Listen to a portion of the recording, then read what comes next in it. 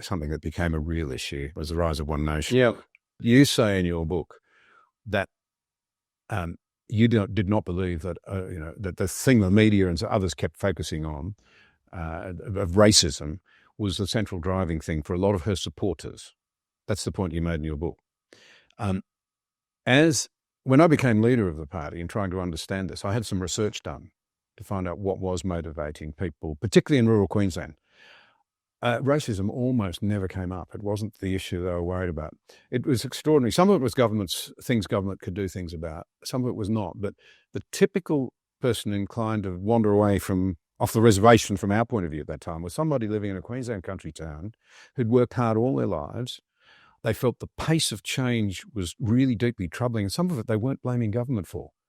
They would say in focus group works, I've worked hard, focus groups, worked hard all my life, and now, the kids have gone off to the big smoke where they've lost their way, and now I'm having to look after the grandchildren because they're not doing it. That sort of social issue came up quite often. The feeling the pace of change had overtaken them.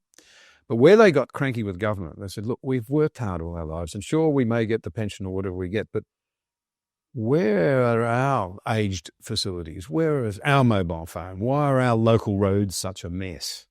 And we moved very deliberately to address what I saw as, frankly, some pretty legitimate concerns in rural and regional Australia. And I had tremendous help from people like Mike Wooldridge and then Tony Abbott in health. They were brilliant. But there were many others who sort of helped us recognise that many of those grievances were pretty understandable. I remember you coming back from a visit to a hard-hit Queensland town, and you just said to me, John, I can't believe how little they have. Yeah, it was Winton. Mm. And that's absolutely right. I remember that conversation. Mm.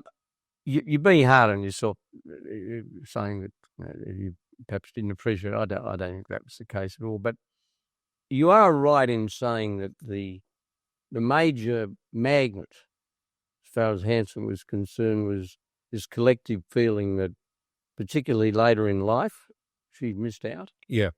Now, there were some racists. I mean, we've got racists, of course. I'm not saying they weren't there, but it wasn't the primary motivator for most of us support. Motivation, no. It just wasn't. No. We did the research. Yeah, the primary motivation was that they were missing out on things that they felt that only fair and reasonable they should have.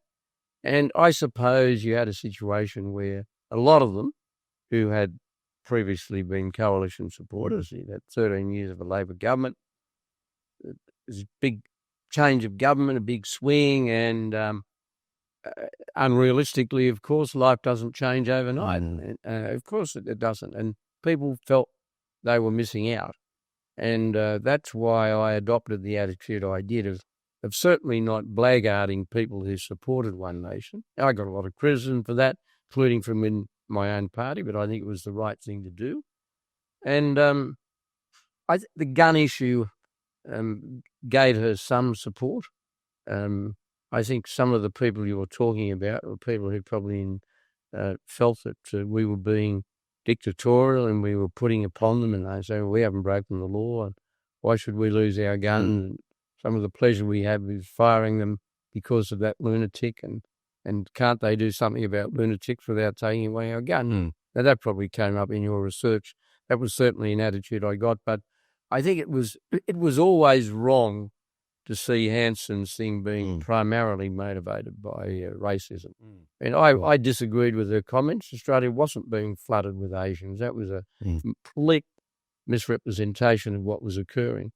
And it wasn't right to infer that Aboriginal people weren't disadvantaged. You can argue about how you remove that disadvantage, and there's a big legitimate debate about that, but her principal appeal was to people who felt that they'd missed out.